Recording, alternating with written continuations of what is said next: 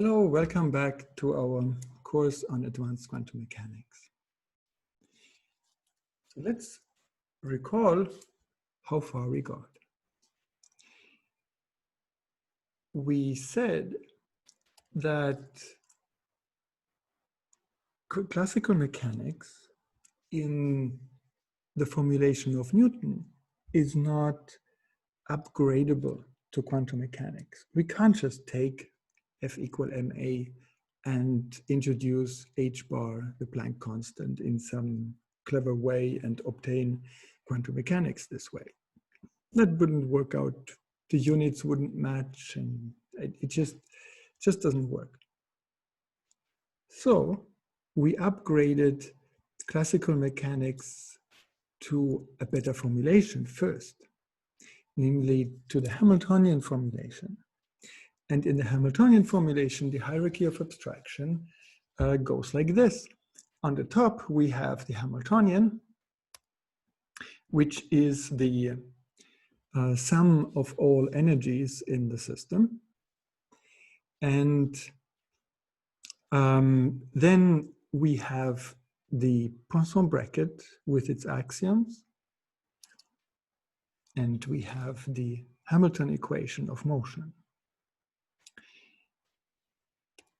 Using those, we can derive from the Hamiltonian the equations of motion of all the variables. We can choose for F any one of the positions or any one of the momenta, and then the Hamilton equation together with the Jacobi, with the Poisson bracket, allows us to write down the differential equation for it.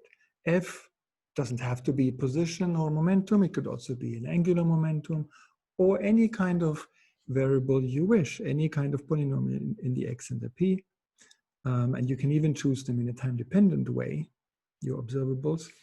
And then you get this extra term here in the Hamilton equation that differentiates with respect to the time-dependent coefficients that the polynomial f may possess. Well, and then the differential equations can be solved to obtain functions which contain variables, which eventually take number values. And this is how we can make predictions for experiments. Now, how can we now, from this perspective, upgrade classical mechanics to obtain quantum mechanics? Let's see. It's got to have to do something with this top-level description, with the Poisson bracket, perhaps, or with the Hamilton equation, or maybe it has something to do with the Poisson algebra. Let's do this systematically. Let's see. Can we modify the Hamilton equation of motion? Can we modify this equation to introduce h bar, the Planck constant, in some clever way? We could try to do the same as what we tried for F equal ma. And again, we would fail. We can't just put an h bar in there.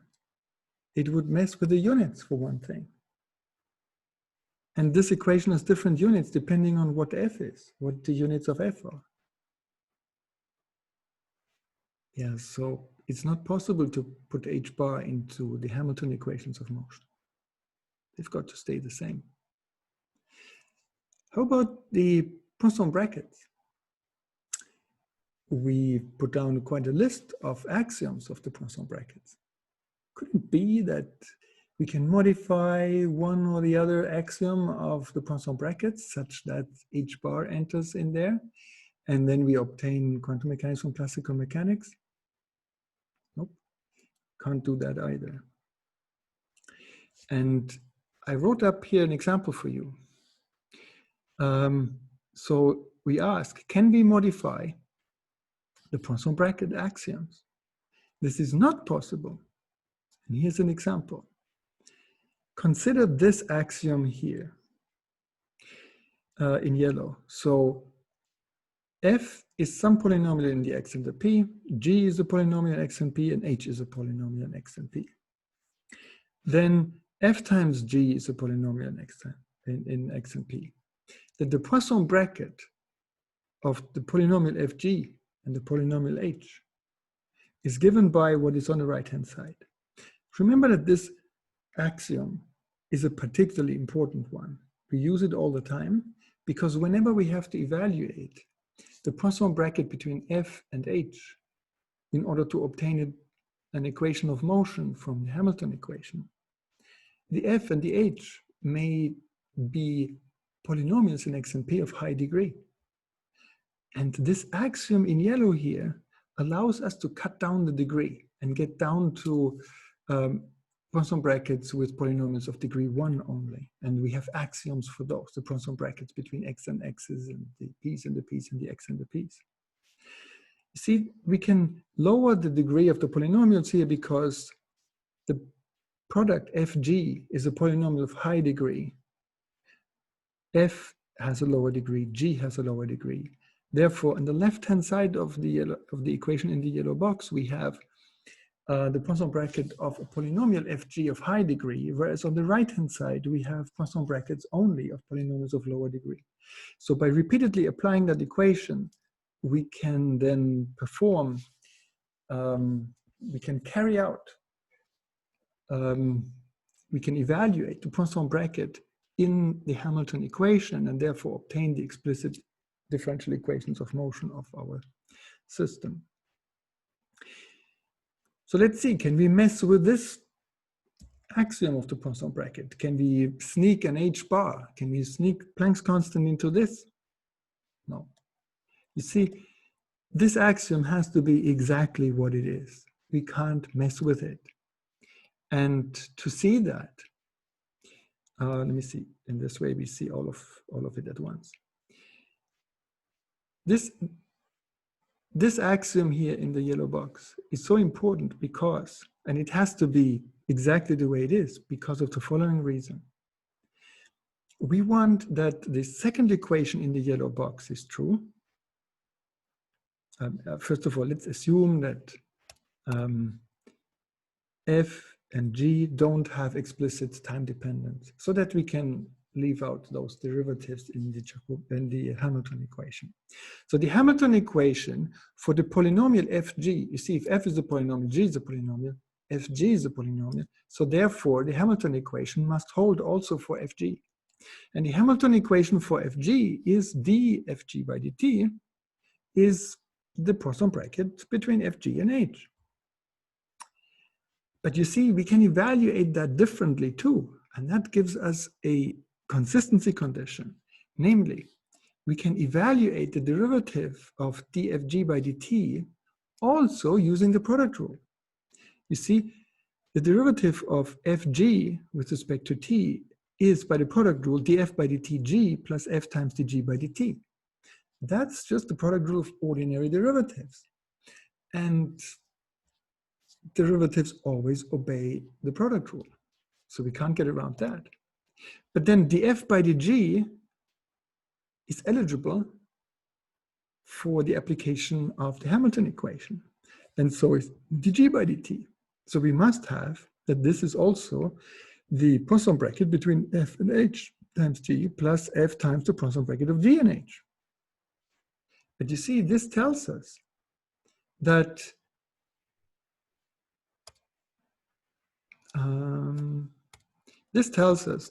this has to be equal to that for all f, g, and h. And there we have this axiom here. All right, so no chance. We cannot introduce h bar in this axiom of the Poisson bracket. Now, we had a whole list of axioms of the Poisson bracket, but all of these Poisson bracket axioms were chosen very carefully, cannot be chosen any other way. Otherwise, the whole thing falls apart. So where are we now? We have this beautiful hierarchy of abstraction here from the Hamiltonian all the way down to numbers. And we have a new top level that involves the Hamiltonian, the Poisson bracket, and the Hamilton equations, but none of this seems to contain Planck's constant. So how does Planck's constant come in? How can we upgrade classical mechanics to quantum mechanics, if not by messing with the Poisson bracket and the Hamilton equation? Something else has got to give. And this is where Dirac came in. Dirac made this ingenious observation. Well, maybe he wasn't completely the first. Heisenberg had it partially. So Dirac reconsidered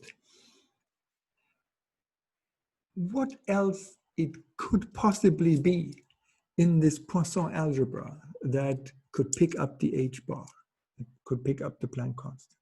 Remember what the Poisson algebra is? The Poisson algebra is a Lie algebra where the multiplication is the Poisson bracket, right? I mean, a multiplication in mathematics is anything where you can take two terms and then put them together and get a product out of it. And there is the ordinary multiplication and there's the Poisson bracket multiplication, right? You can just multiply two polynomials directly with the usual multiplication of polynomials, but you can also use the Poisson bracket as a multiplication, get a polynomial out of it. And the Poisson bracket multiplication is non-associative. It is a Lie bracket. It's a Lie algebra. Okay. And we just established we can't mess with that. It is what it is. But the Poisson algebra also has the ordinary multiplication of polynomials. And Dirac wondered whether maybe the ordinary multiplication in the Poisson algebra is the culprit. Maybe that is what needs to be fixed. And that turned out to be the solution. This is how you upgrade from classical to quantum mechanics. But this is just math. Let's see what is behind it as far as the physics is concerned. And there, Dirac had this ingenious insight. He said, let's look at what the xi and the pi stand for. When we write down a theory, when we write down the Hamiltonian for a theory, for example, then what do the x and the p stand for? Well, the x and the p stand for measurement operations. xi stands for measure the position in the I direction. pj stands for measure the momentum in the j direction. So the x and the p stand for operations, stand for something to do, some action in the real world. That's what the x and the p stand for primarily. This is what they ultimately mean. Now, in the days of classical physics, people jumped to conclusions too early. They thought that because the x and the p stand for position and momentum measurements, and the outcomes of these operations of measuring a position and measuring a momentum, these outcomes are numbers. You measure a position, you measure a momentum, and these are numbers. They thought that therefore the measurement operations should be number-valued functions. That is not the case. See, that was the big misunderstanding. Just because the output of an operation is number-valued doesn't give you the right to describe the operation by a number. You may be thinking, okay, he's splitting hair here, right? No. Let me make this clear with an example. Let's consider two operations that you know very well. Not position and momentum measurement operations of electrons or whatever. That could be subtle, right? But some operations that you know very well. Namely, let's say operations such as gymming and showering. I want to show you that these are not commutative. So let's say we take operation 1 and operation 2. So operation 1, G is gymming, which means lifting weights and running on the treadmill and other sweat-inducing activities. And operation 2 is showering. Now, clearly, if you first gym and then shower, you end up clean. If you first shower and then do the gymming, then you end up sweaty.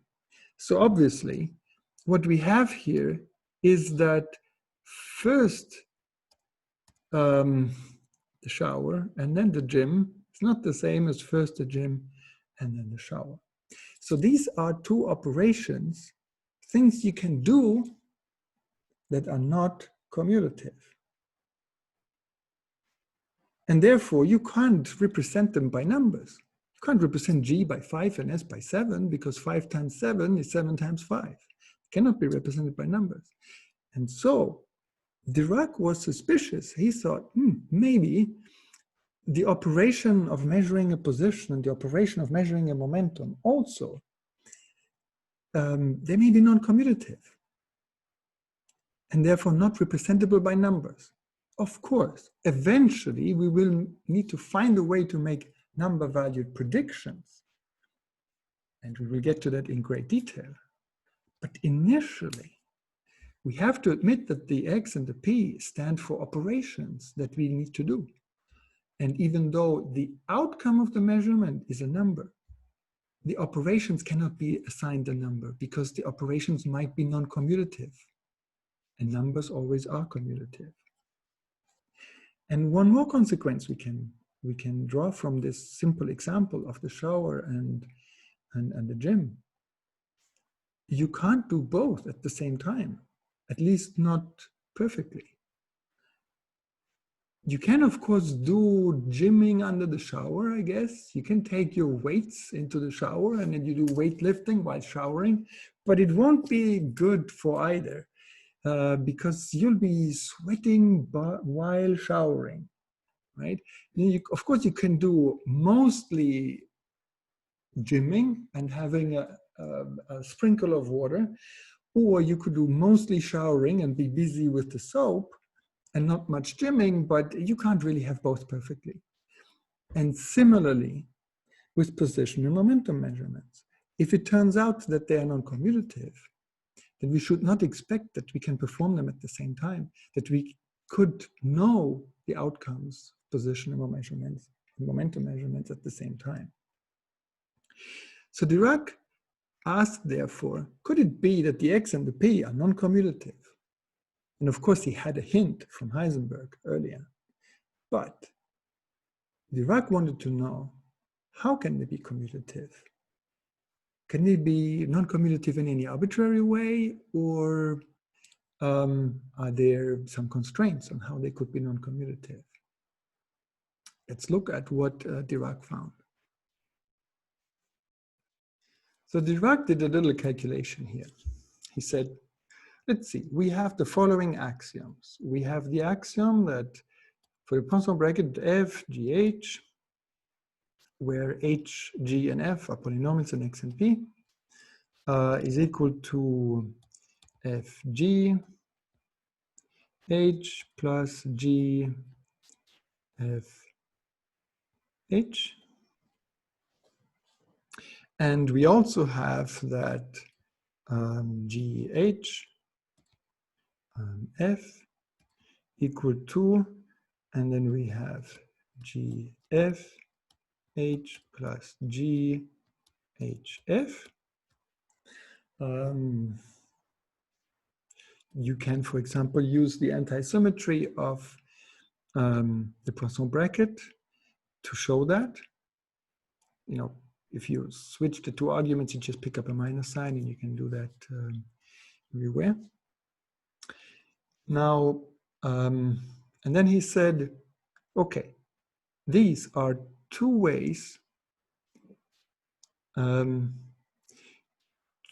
reduce the degree of polynomials. Now, he said, consider some u1, u2, V1, V2 polynomials in the X and the P. And then he said, well, we can reduce this to a simpler form, or reduce it to lower degree Poisson brackets in two ways.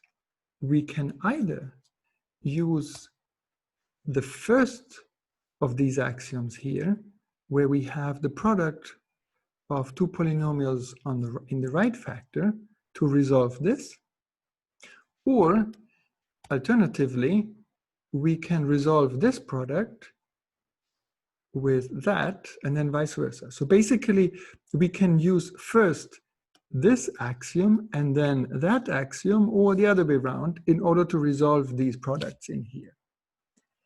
Let's do this. It's a little tedious, but it's worth looking into. So what we obtain is that the Poisson bracket of U1, U2, V1, V2 is equal to U1, U2, V1, V2 plus U1, V1, V2, U2. So what we've done is we've used the second axiom here in order to resolve the factors U1, U2, to separate those two. Okay, and now we still have this product of V1 and V2 to take care of, which we can do. So then this becomes U1 and then V1, U2, V2 plus U2, V1, V2 plus V1, U1, wait, U1, V2 plus U1, V1, V2, U2. But this must agree with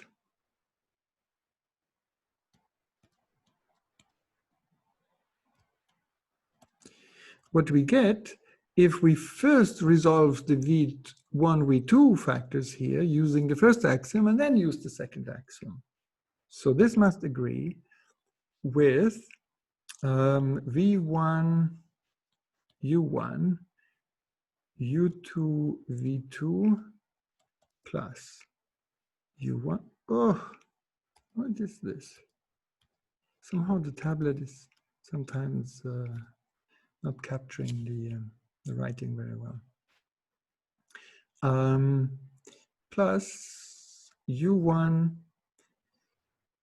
U2, V1, V2, which is, if we resolve it now using the other axiom, V1, U1, also in bracket U2, V2, plus U1, V2, U2, plus U1, U2, V1. This is a 2. V1 plus U1, V1, U2, V2. From that, comparing this expression and that expression,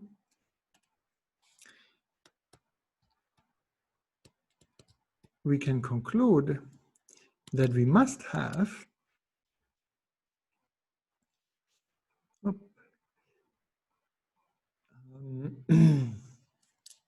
so we must have that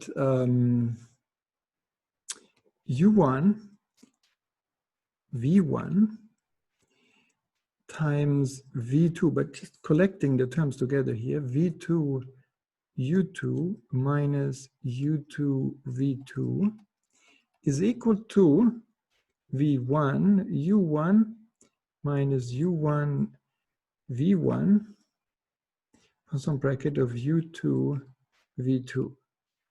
Why? Well, you see, we have that this term cancels that term, and we have that this term cancels that term. And the remaining 4 terms are just the terms that I wrote down here, as that we must have that, right? Okay. Now, this has to be true for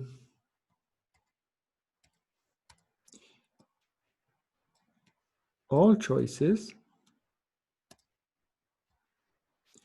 of U1, U2, V1, V2. And then can show that we need, now I will not prove here the necessity, but it's clear that it's sufficient to fulfill this if we have that for all U and V, if we have for all U and V, no matter what index, we have that VU minus UV equal to some number K U Poisson bracket V. If we have that, if that holds true, then clearly our condition is fulfilled, right? So what we have is that the Poisson bracket axioms require that since we can evaluate this expression in 2 ways, namely either first using the first axiom on this and then the second axiom on that, or the other way around, we need consistency. And clearly, if the equation in the yellow box holds, where this is some number,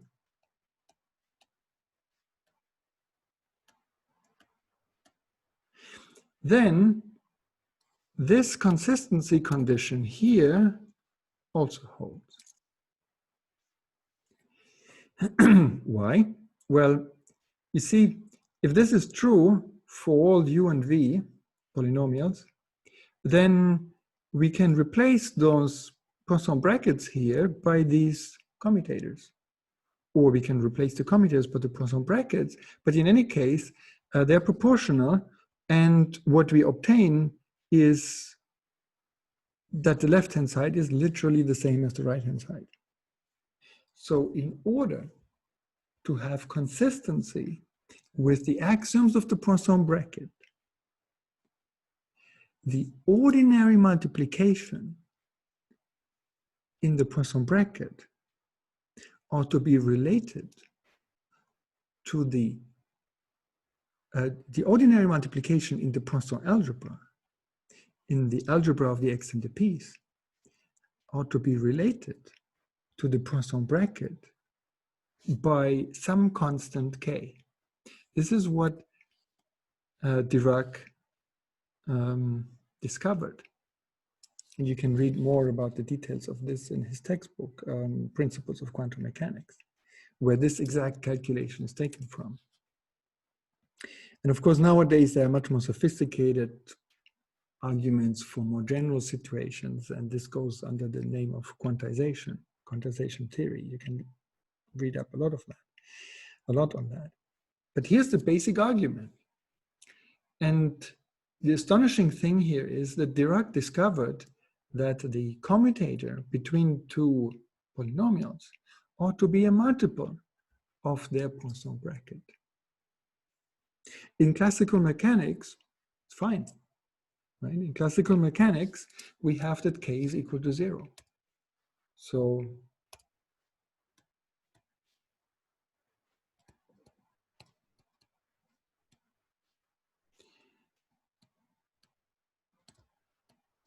In classical mechanics, we have k equal to 0.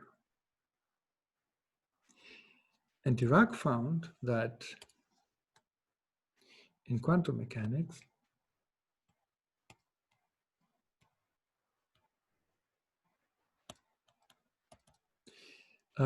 k is not equal to 0, but instead it has to be an imaginary number. And we will see soon why it has to be an imaginary number. It has to do with the fact that positions and momenta, when measured, must come out to be real numbers. And in order to ensure that they always are predicted to be real, it turns out that this number k has got to be imaginary. And what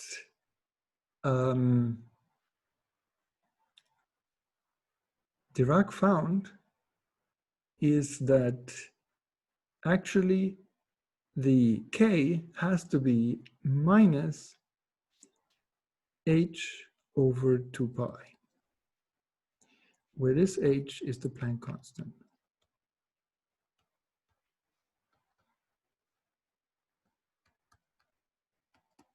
So this is where Planck's constant enters. This is where classical mechanics becomes upgraded to quantum mechanics. Namely, the Poisson algebra structure stays the same, except that it becomes non-commutative. We realize that the x and the p's stand for operations rather than numbers. The x and the p stand for operations. Those operations may not be commutative. In fact, if we choose, oh wait, I think I forgot an I here. And that would be minus I h bar, right? H bar is h Planck's constant divided by 2 pi.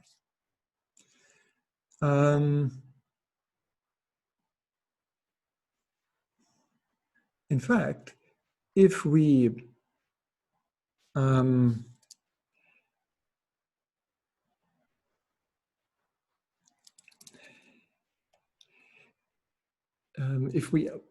choose for our v and u the x and the p, so in particular,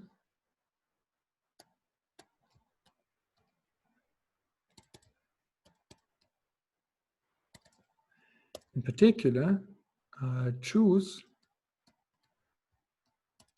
e.g. v equal to x, u equal to p,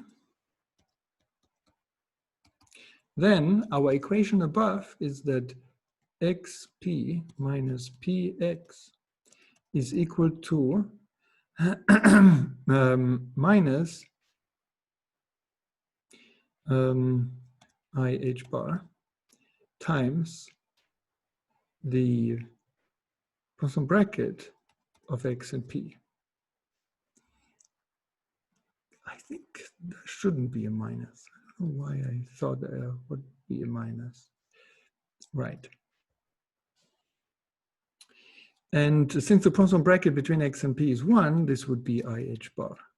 And of course, if we have xi pj minus pj xi, for example, more generally, we see that this is then IH bar, well,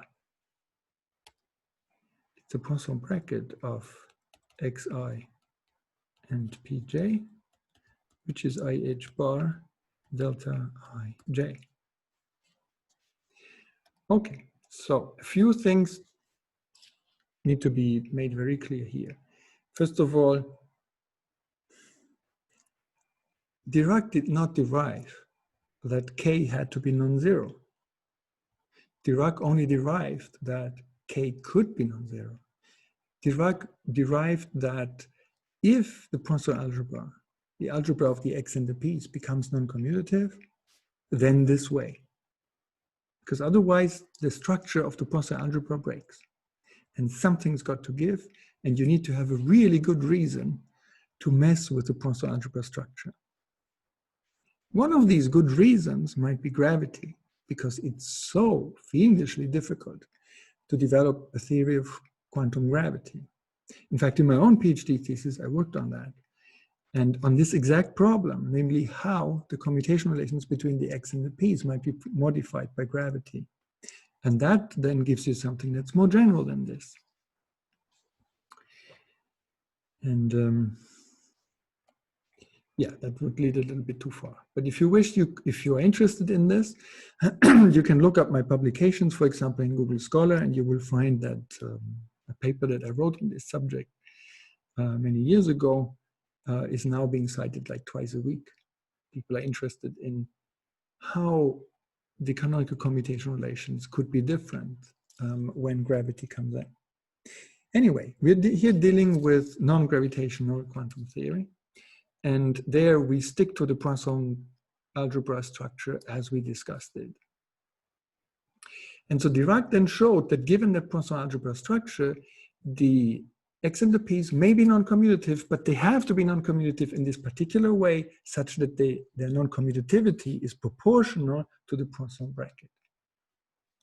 So we did not change the Poisson bracket, we kept it exactly, but we found that the commutator can be proportional to the Poisson bracket. The commutator doesn't have to be 0.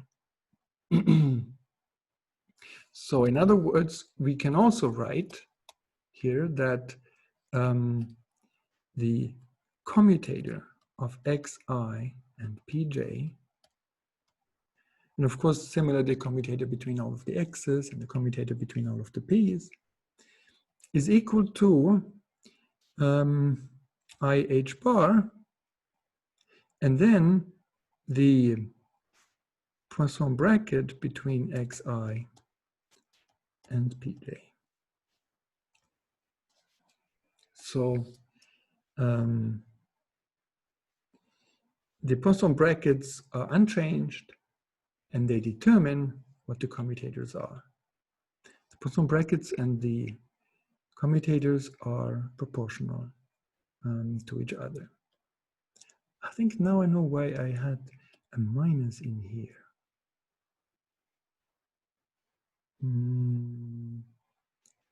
No, there's a plus here, of course. All right. So let's summarize where we arrived now. Summary.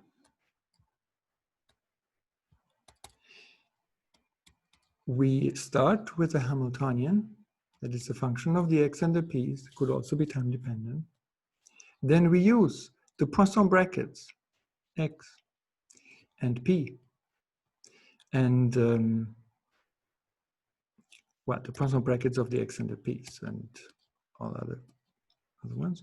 And then we have df by dt equal to f with h plus df by dt to obtain the equations of motion, differential equations of motion.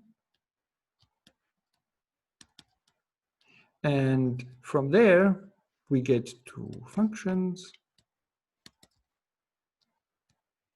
variables, numbers. What do we? You see, we have to be careful.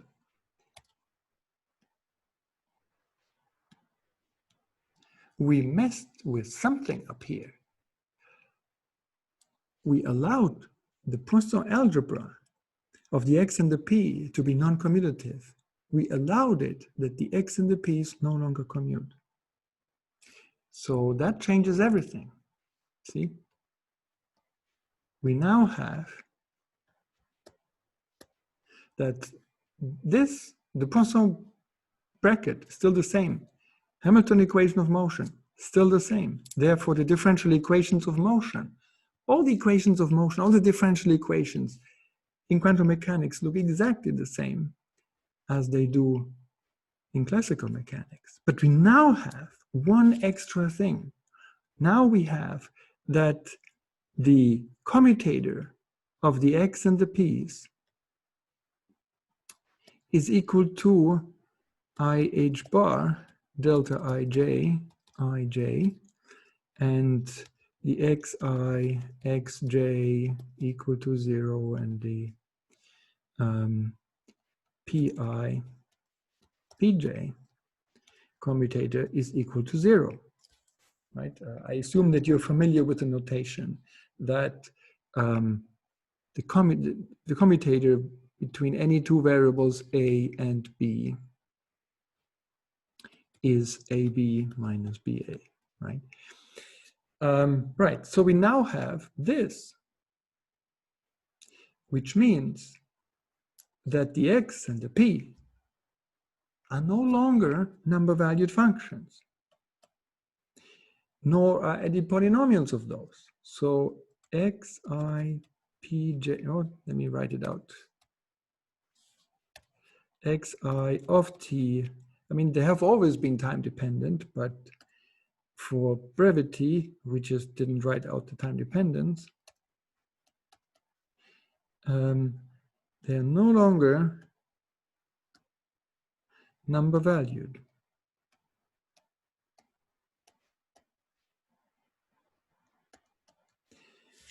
And that means that if we want to go here in this hierarchy of abstraction from the differential equations down to functions that solve the differential equations, we have to be super careful. What kind of functions are they? They're not going to be number-valued functions. Therefore, what are these variables, and how do we get to number-valued predictions for experiments? Highly non-trivial stuff, and this is what will occupy us next in this course. But for now, let us hold fixed in our minds that the equations of motions are the same, the Poisson brackets are unchanged entirely, the Hamilton equations of motion are entirely unchanged. The only thing that changes is that the x and the p's are no longer commutative, no longer number-valued functions, therefore. And in order to remind ourselves of that, let us put hats over these variables now. When we talk about quantum mechanics, our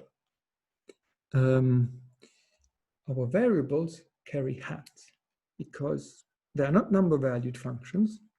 They're going to be so-called operator-valued functions in order to be able to describe operations, such as the operation of measuring position or the operation of measuring momentum. Okay, so what we will have to do next is to climb down that hierarchy of abstractions and learn how we can make number-value predictions. In classical mechanics, it used to be easy because the x and the p's were straight the number-valued functions that you would measure, but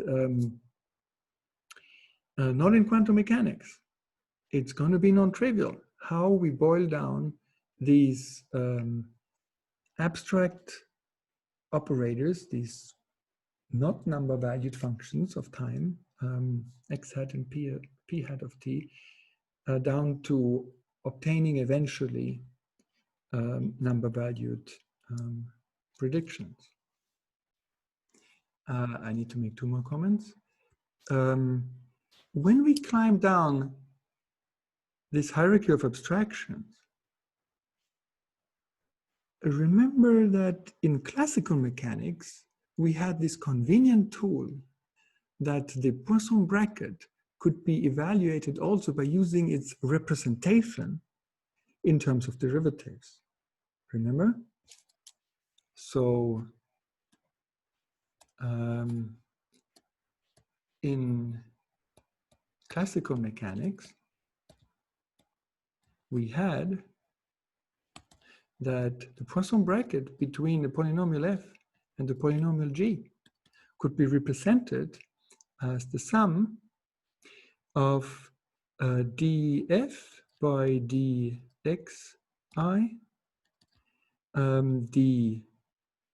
dg by dpj minus dg by dxi, df by dp. Oh, this is I and I. which is convenient because it's much faster than using the axioms of the Poisson bracket. This doesn't work anymore.